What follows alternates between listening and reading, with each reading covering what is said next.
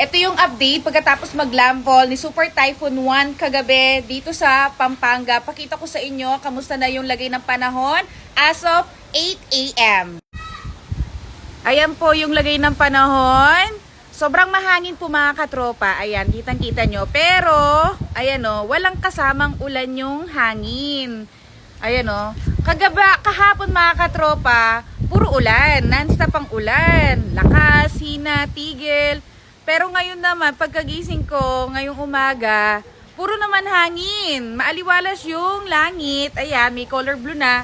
Pero hangin naman.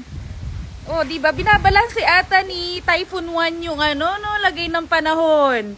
Ayan, wala pong baha mga katropa. Ayan, salamat po sa flood control na kagagawa lang po ata last month. Yan, inayos nila yung kanal namin. Ayan.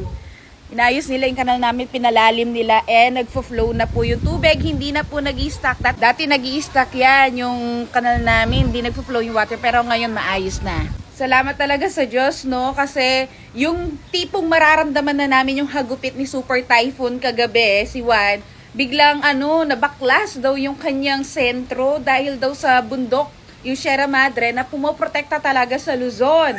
Yung sobrang habang bundok yon mga katropa dito sa Luzon. At alam niyo ba, no, kahit nagsisignal number 4 po kami dito sa sa Arayat. Pasalamat talaga kami sa Mount Arayat na meron kami dito. Pakita ko sa inyo.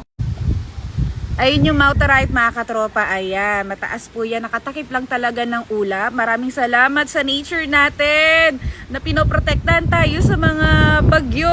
Ayan feeling ko dahil sa kanya kaya hindi namin ganun karamdam yung signal number 4. Ayan mga katropa, ang lagay ng panahon sa amin. Bandang Arayat ako sa Pampanga Ayan, puro hangin mga katropa.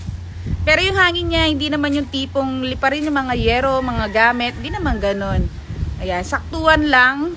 Ayan. Narealize ko mga katropa, sa Mindanao.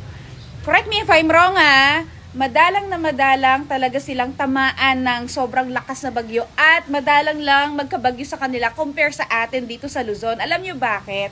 Kapag kasi namamasyal ako doon, halos napasyal ko na yung buong Mindanao mga katropa, yung mga Bisaya dyan nanonood. Alam nyo, sobrang daming bundok.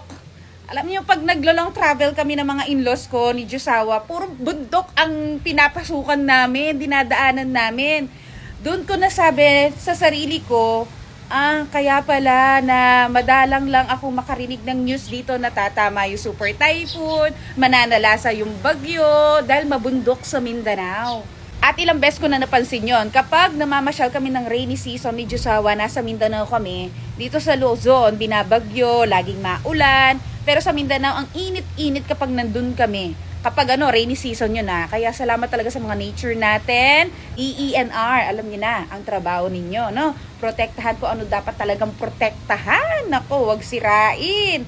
Wag gawing business ng mga, alam niyo na. Okay? So, ayun lang, ingat lang itong update sa Pampanga.